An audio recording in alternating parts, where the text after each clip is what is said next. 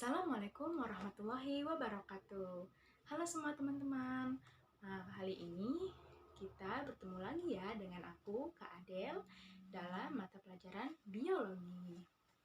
Nah, kali ini atau di pertemuan kali ini kita akan membahas tentang mekanisme pernapasan.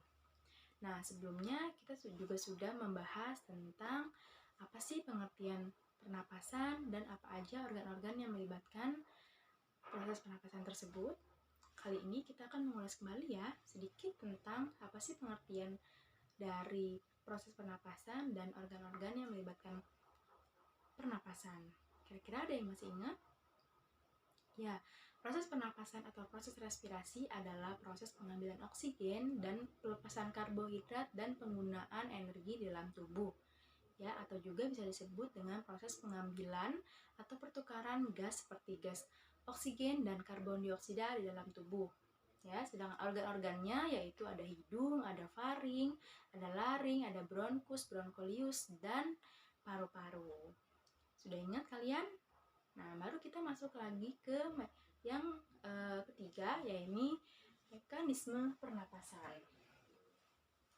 Dalam bernapas kita sebagai manusia atau hewan, kita ada dua proses. Yang pertama ada proses inspirasi atau proses menghirup udara, dan ada juga proses ekspirasi atau menghembuskan udara ya. Proses inspirasi dan ekspirasi.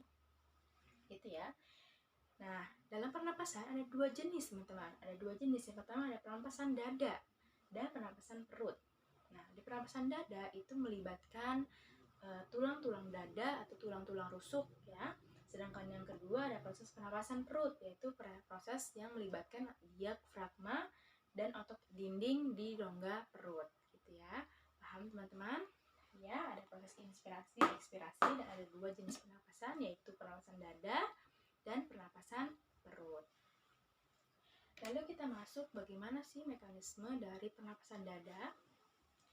Yang pertama, proses inspirasi ya, yaitu masuknya udara ke dalam paru-paru ya. Yang pertama yang akan terjadi ialah otot-otot tulang rusuk ini berkontraksi ya. Lalu paru-paru itu ikut mengembang dan tulang rusuk terangkat. Hal ini terjadi dan ya akan terjadi volume dada ini akan mengecil gitu ya. Alhasil udara dari luar itu bisa masuk ke dalam tubuh seperti itu. Itu proses inspirasi ya. Yang kedua ada proses ekspirasi. Ekspirasi adalah terjadi ketika otot tulang rusuk ini berrelaksasi ya. Berrelaksasi. Tulang dada dan diafragmanya menghempis atau mengipis gitu ya. Mengempis. Jadi kan mengembang ya kan, kalau inspirasi mengembang, kalau di ekspirasi itu tulang dadanya dan diafragmanya mengempis dan udara keluar seperti itu. Nanti kalian bisa praktekin ya bagaimana cara kalian menghirup dan menghirup dan menghembuskan udara gitu. Oke, yang kedua ada pernapasan perut.